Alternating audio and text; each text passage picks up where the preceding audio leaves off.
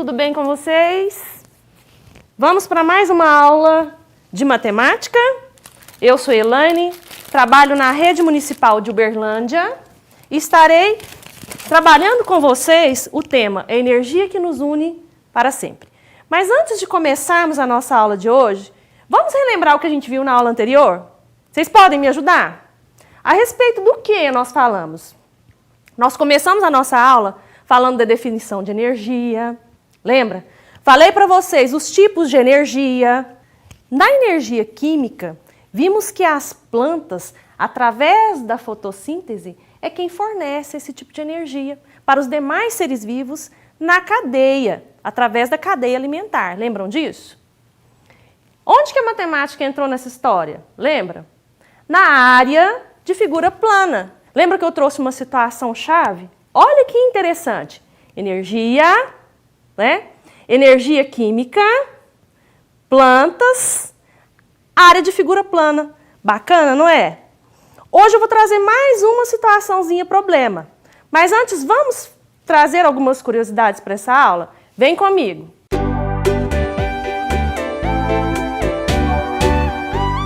Sabendo que as plantas são a nossa principal fonte de energia, é importante ter uma vida saudável.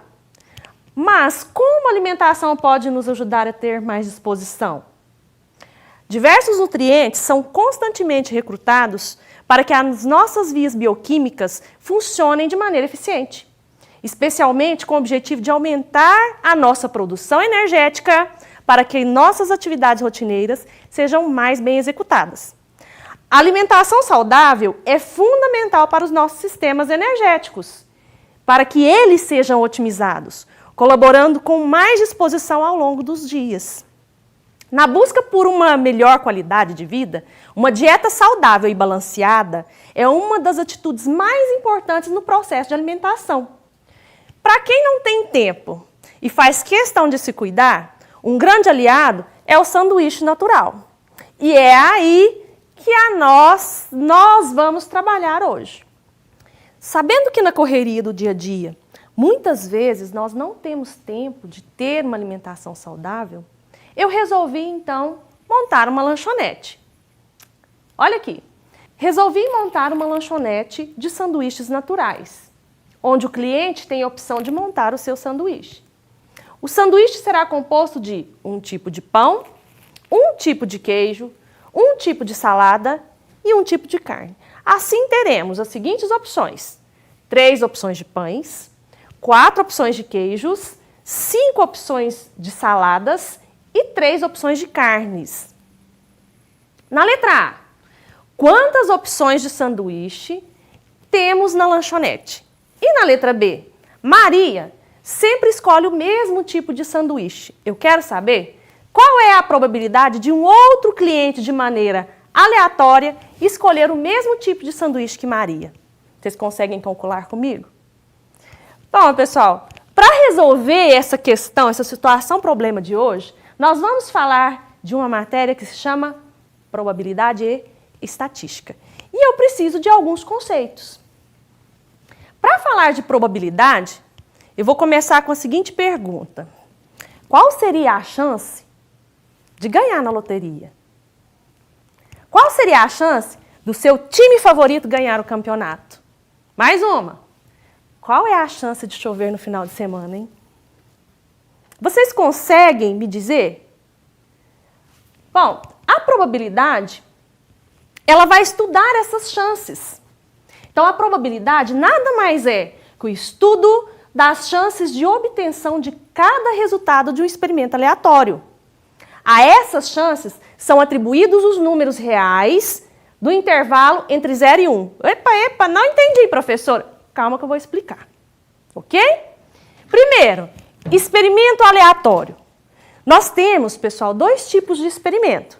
O experimento que a gente chama de determinístico e o experimento que a gente chama de aleatório. Eu vou falar dos experimentos determinísticos primeiro, porque não é alvo da nossa aula, tudo bem? O que seria um experimento determinístico? É aquele experimento que você consegue dizer qual é o resultado com certeza. sem passar pela experiência. Ou seja, são aqueles em que os resultados são sempre os mesmos, qualquer que seja o número de ocorrência deles, ou dos mesmos, né, como está aqui. Um exemplo, se eu perguntar sobre uma pressão normal, eu coloco uma água para ferver, para esquentar. Em qual temperatura ela entra em ebulição? Eu tenho certeza que vocês vão dizer para mim que é 100 graus Celsius. Eu não preciso fazer o experimento para saber o resultado. Consegue entender? Esse não é o alvo da nossa matéria. Vamos para o próximo. E o experimento aleatório? O experimento aleatório, pessoal, é aquele no qual eu não consigo prever o resultado. Olha a definição. É aquele que, quando realizado sob condições idênticas, não é possível prever o resultado. Cita um exemplo para mim, professora. Vou jogar uma moeda para cima. Me fala, vai cair cara ou coroa? Gente, não dá para prever, né? Joguinhos de dados. Tem como você estipular qual é a face do dado que vai sair? Não. Jogos de cartas? Também não. Esses são os clássicos, né? Quando a gente fala de probabilidade, normalmente nós usamos esses exemplos e nós vamos ver uns aí pela frente. Tudo bem? Bom, por que as chances de acontecerem esses eventos, vamos dizer assim, são números que variam entre 0 e 1? Eu trouxe a seguinte situação. Eu quis fugir um pouco do exemplo do dado. Então, dentro dessa latinha, eu coloquei tampinhas. Olha aqui. Tampinha de refrigerante. Não acredito, professora? Pode olhar. Só tem tampinha aqui dentro, de muitas cores. Eu vou fazer uma pergunta e vocês vão me responder, ok? Eu vou colocar a mão aqui, ó. E eu quero saber qual é a probabilidade de retirar daqui de dentro uma estrelinha. Que silêncio. Não tem jeito, né, pessoal? Não vai sair uma estrelinha daqui, professora. Por quê? Porque só tem tampinha. Não é assim? Então, qual é essa chance? 0%. Olha aqui no quadro, ó. 0%. Ok? Agora eu vou mudar a minha pergunta. Qual é a probabilidade de... Sem olhar, hein? Vou colocar a mão aqui dentro. Qual é a chance de tirar uma tampinha? Ó. Vou perguntar de novo. Qual é a chance de tirar uma tampinha? Ó, não perguntei a cor não, hein? Ou seja, todas as vezes que eu fizer essa pergunta, concorda comigo que eu vou tirar uma tampinha? Então, a chance disso aqui acontecer, a probabilidade é total. Ela é 100%. Na aula de estatística, quando falamos de frequência relativa, nós falamos de porcentagem. Vamos relembrar? 0%. Como é que eu escrevo 0% na forma de fração? 0 dividido por 100. Muito bem. E 100%? 100 dividido por 100. Nada dividido por 100, ou 0 dividido por 100 é 0. 100 dividido por 100 é 1. Uai, então a chance desse evento acontecer, professora, será um número qualquer entre 0 e 1. É a chance dele não acontecer ou dele, estou falando errado, dele acontecer totalmente. Tudo bem? Olha que interessante, os números entre 0 e 1 são todos números decimais, então o seu resultado vai dar um número decimal ou um número de vírgula. Tudo bem? Ok. Vamos para o próximo exemplo. Como que a gente calcula essa chance desse evento acontecer? Professora, como é que eu posso calcular que, por exemplo, dentro desse potinho você vai tirar uma tampa azul? Qual que é a chance disso acontecer? Como que eu posso calcular? Como que eu posso medir isso? Medir não dá. Como que eu posso calcular? É melhor. Antes de nós chegarmos ao cálculo, eu vou dar duas definições para vocês. Uma, espaço amostral, e outra, evento. Vamos para espaço amostral? Na TV eu acho que vai ficar um pouquinho melhor para vocês visualizarem. O que seria o espaço amostral? O espaço amostral, a gente representa ele na forma dessa figurinha aí, que é chamada de ômega, né? O que seria? Ele é um conjunto formado por todos os resultados possíveis de um experimento aleatório.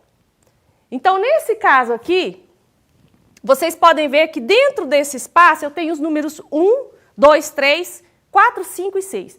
Seriam as possibilidades de jogar um dado para cima. Quais opções eu tenho? Eu tenho a opção da face 1, 2, 3, 4, 5 ou 6. Então, esse é o meu espaço amostral. É um conjunto formado por todos os resultados possíveis de um experimento aleatório. Ok? Segunda definição, evento. O que seria o evento? O evento vai depender daquilo que eu perguntar, daquilo que eu quero que aconteça. Então, no exemplo de jogar um dado para cima, por exemplo, eu quero saber qual é a chance de sair um número par. Quantas opções nós temos? Nós temos só as opções 2, 4 e 6. Então, o meu evento é 2, 4 e 6. Mas como que eu calculo isso, professora? A probabilidade de jogar um dado para cima e ele cair com uma face par é aquilo que a gente chama de evento dividido pelo espaço amostral, ou quantidades favoráveis dividido pelas quantidades possíveis. Quantas opções eu tenho com relação ao dado de números pares? Não são 3? Eu tenho a face 2, 4 e 6. Então, a probabilidade de jogar esse dado para cima e cair com a face par é 3, que são 3 opções, dividido por 6, porque eu tenho 6 faces. Quanto que é 3 dividido por 6?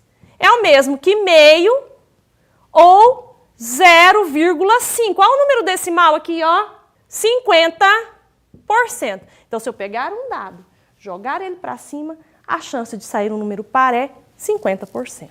Lembrando, pessoal, que quando nós falamos dos eventos favoráveis, nesse caso ser um número par, ao jogar o dado eu vou considerar aquela face que vai cair voltada para cima. Tudo bem? Eu vou trazer um exemplo para nós frisarmos a nossa aula e vocês vão ver que vocês vão conseguir tirar de letra. Vamos a ele? Pessoal, mas antes de fazer o exemplo que eu propus, vamos definir a fórmula para cálculo de probabilidade, ou quer dizer, cálculo de chances de um evento acontecer? Ela fica assim determinada, ó. A probabilidade de ocorrer um evento B de um determinado espaço amostral ômega é de números de eventos favoráveis dividido por números de eventos possíveis. É uma razão, é uma divisão. Um cálculo muito simples. Agora sim, nós estamos preparados para o meu exemplo. Vamos ler comigo? João, Maria e Cecília ganharam barras de cereais dos seguintes sabores: chocolate, morango e baunilha. João colocou 4 barras de cereais, Maria colocou 3 e Cecília colocou 2 barras de cereais dentro de uma sacolinha. Desta maneira, qual é a probabilidade de, ao retirar essa barra de cereal dessa sacolinha, a barra de cereal ser de letra A, chocolate, letra B, morango, letra C, baunilha? Olha aqui, eu fiz no quadro um esboço, certo? O espaço amostral não é um conjunto, então dentro desse ômega, que é o espaço amostral, eu coloquei as possibilidades, certo? Aqui essa letrinha C, esses círculos aqui são as barras de cereais. Aqui é chocolate, aqui é morango e aqui é baunilha. A probabilidade não é a razão entre o evento favorável e o evento possível? Então, primeiro vamos ver o nosso evento possível, ou ômega. Basta você contar quantas opções eu tenho aqui. Se você for analisar, você tem 1, 2, 3, 4, 5, 6, 7, 8, 9 opções. Então, meu ômega é 9. Já vamos calcular os eventos favoráveis da letra A, B e C?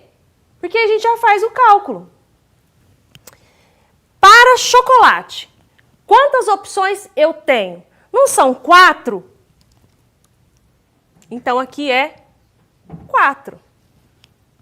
Para morango, quantas opções eu tenho? Não são 3? Então, aqui é 3. E para baunilha? 2 aqui, ó. 2. Agora ficou uma conta muito simples. Qual é a probabilidade de retirar uma barra de cereal e que ela seja de chocolate? Evento favorável. Aqui, ó, para chocolate. 4. Eventos não. Ômega, né? 9, que são os eventos possíveis. Era isso que eu ia dizer. Virou uma divisão básica. 4 dividido por 9. Vocês vão ver que vai dar 0,445, aproximadamente. Segundo, probabilidade de ser morango. Mesma conta feita 3 vezes. Se você faz uma conta, você já faz as outras. De ser morango. Eventos favoráveis? Isso mesmo, 3. Eventos possíveis? 9. Perfeito! Vamos fazer essa divisão? 3 nonos, 3 dividido por 9, isso aqui, ó, vai dar 0,333. E baunilha? Para baunilha, quais são os eventos favoráveis? 2. Eventos possíveis? 9. 2 dividido por 9 dá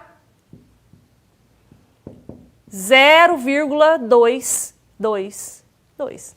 Vamos converter esses números decimais em porcentagem?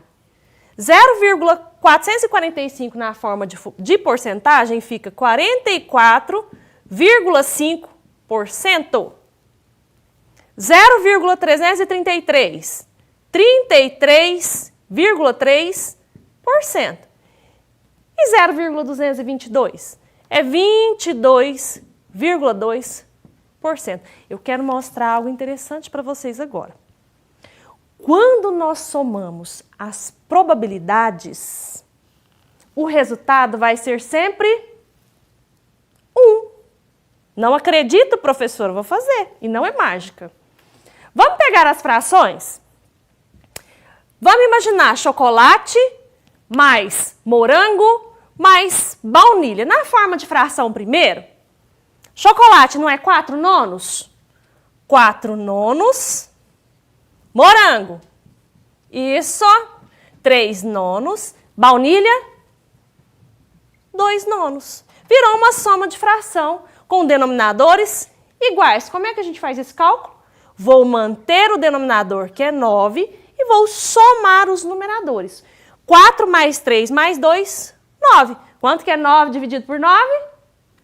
1. Oh, não acredito, a professora fez milagre. Não é matemática, pessoal.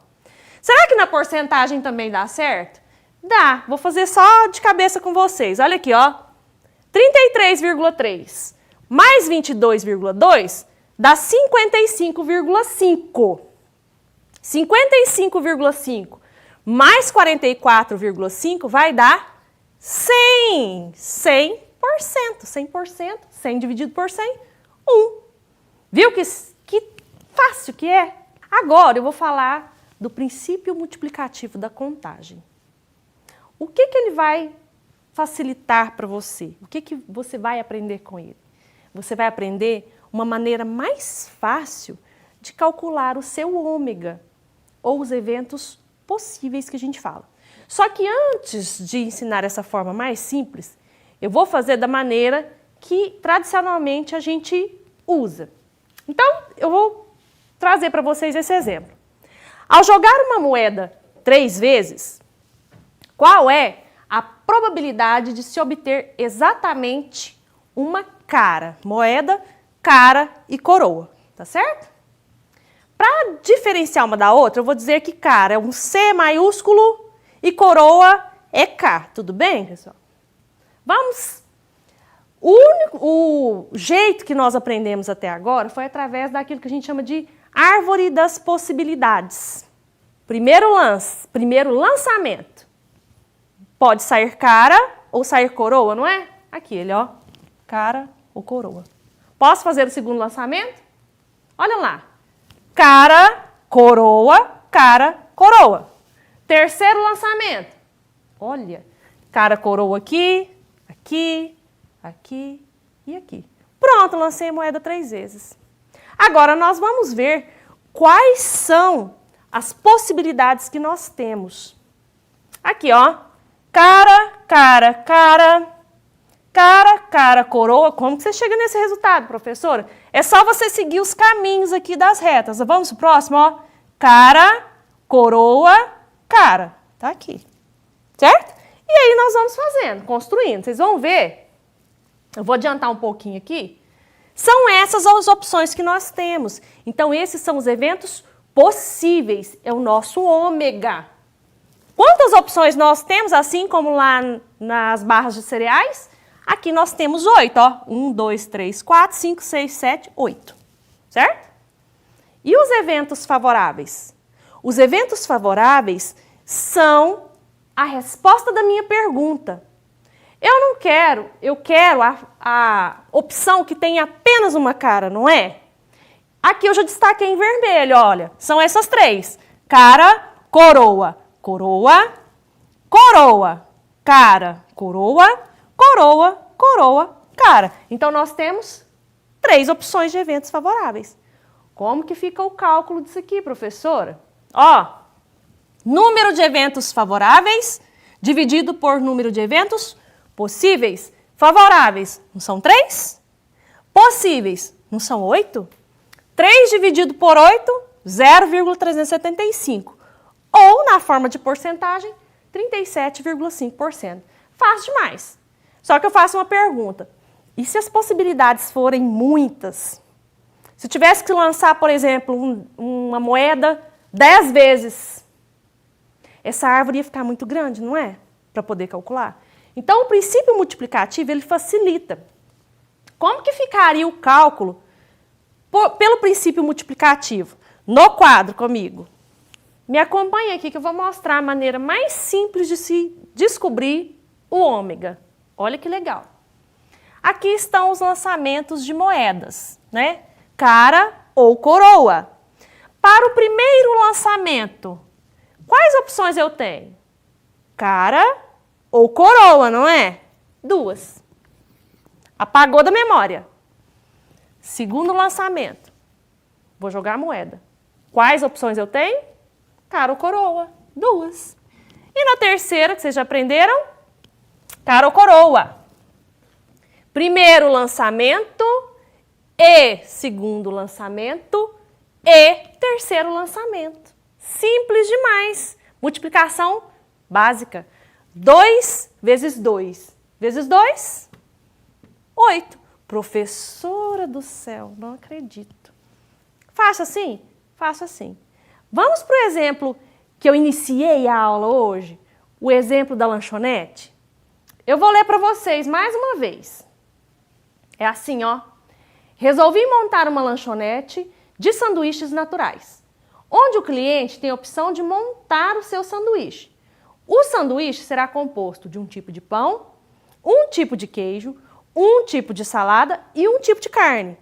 Temos as seguintes opções: 3 opções de pães, 4 opções de queijos, 5 opções de saladas e 3 opções de carnes. Letra A. Quantas opções de sanduíche temos na lanchonete? Quantas opções significa os meus eventos possíveis. Vamos a ele? Eu quero pães e queijos e saladas e carnes. Quantas opções de pães nós temos? 3. Quantas opções de queijos? 4. Opções de saladas? 5. 5. E opções de carnes? 3. Como é que fica aquela conta, pessoal? 3 vezes 4 vezes 5 vezes 3. Vamos rapidinho? 4 vezes 5, 20. 20 vezes 9, 180. Significa que com essas opções, né, eu posso montar 180 tipos diferentes de sanduíche. Professora, eu não acredito. Faça pela árvore das possibilidades. Olha o trabalhão que vai dar vocês encontrarem 180 opções. É muita coisa, isso aqui facilita demais. Certo? E a letra B? Fácil. Maria é uma cliente que vai lá e escolhe sempre o mesmo tipo de sanduíche. Então, ela escolhe um tipo só todas as vezes. Qual é a chance de uma outra pessoa, aleatoriamente, escolher o mesmo tipo? Eventos favoráveis por eventos possíveis. Qual que é a probabilidade? Eu vou colocar C aqui. Probabilidade dessa cliente aqui escolher o mesmo sanduíche de Maria. É uma opção por 180. 1 dividido por 180. Isso aqui, a hora que vocês fazem a divisão, vai dar 0,005 ou 0,5%. Olha a chance de alguém escolher o mesmo sanduíche aleatoriamente. Pequena demais. Não é assim? Agora que vocês aprenderam as chances de algo acontecer, eu vou falar um pouco de estatística. A probabilidade, ela nos possibilita analisar essas chances, não é? Descobrir quais as chances de algo acontecer. E a estatística? A estatística vai traduzir essas chances na forma de gráficos e aí assim a gente consegue analisar aquela situação. Mas o que seriam gráficos? Vou falar a definição para vocês aqui, ó. Gráficos são recursos utilizados para representar um fenômeno que possa ser mensurado, que é medido, né? Quantificado ou ilustrado de forma mais ou menos lógica. Vou construir um gráfico. Fiz a minha análise de chances, a estatística vem e traduz isso em um tipo de gráfico, né? Quando nós trabalhamos gráficos, nós não construímos eles de qualquer maneira. Nós temos alguns elementos para poder construir. Quem seriam eles? Título, fonte, números, ou número, né? E legenda. Vamos definir o que seria cada um? O título. O título é a palavra-chave que define aquele gráfico. Ou seja, ele resume a informação. A fonte vai te dizer de onde foi retirada aquela pesquisa. Ela pode ser uma pesquisa na internet, uma pesquisa de pessoas, né, de Ibope, enfim. Números. Os números vão servir para comparar as informações e eles vão existir nesse gráfico.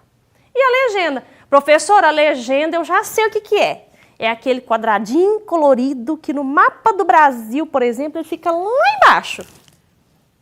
É isso mesmo, né?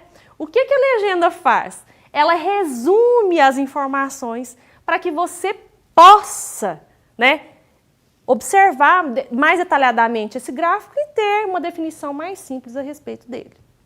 Okay?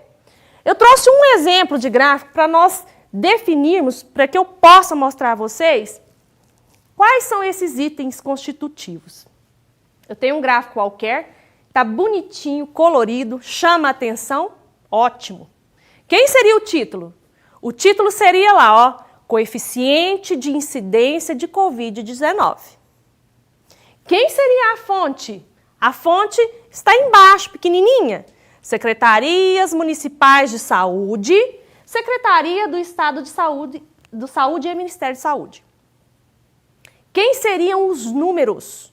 Os números estão dispostos aqui, ó, na vertical, ó, indicando os casos, a quantidade de casos confirmados. E a legenda? A legenda está coloridinha aqui, ó. Observa que pela legenda eu consigo identificar, de acordo com a cor, o que é cada um. Por exemplo, o verde seria regiões que estão em alerta com relação ao Covid. Nós temos vários tipos de gráfico, meninos. Eu vou citar 4, que são esses mais comuns. Gráficos de colunas, barras, linhas e setores. O gráfico de coluna e barra, os gráficos de colunas e barras, eles são muito parecidos. O que seria um gráfico de colunas? São os mais usados e indicam normalmente um dado quantitativo, lembra? Variável quantitativa? Números, sobre diferentes variáveis, lugares ou setores, e não dependem de proporções. Gráfico de barras, a mesma definição praticamente, ó, possui a mesma função dos de coluna, só que os dados estarão dispostos na horizontal e as informações na vertical. Gráficos de linhas, eles demonstram uma sequência numérica de um certo dado ao longo do tempo. E o de setores? O gráfico de setores é muito utilizado e é indicado para expressar uma relação de proporcionalidade em que todos os dados somados compõem o todo de um dado aspecto da realidade. Agora eu vou finalizar a nossa aula quase e eu quero mostrar para vocês um exemplo de cada. Esse exemplo que está na tela, qual gráfico seria esse tipo? Acertou quem falou? Linhas, ele é um gráfico de linhas. Próximo gráfico. Gráfico de colunas, exatamente. Mais um. Esse gráfico seria o quê? De barras. Olha, bem parecido, né? E gráfico de barras e esse. Que gráfico seria? Muito bem. Gráfico de setores. Parabéns para vocês. Eu tenho certeza que vocês entenderam a minha aula de maneira, assim, exemplar. Eu só gostaria de ressaltar, pessoal, que os números decimais que eu encontrei, eu usei aproximação em muitos deles, tá? Porque eles deram o resultado, alguns foram dízimas, e aí eu usei o arredondamento, ok? Aproximação.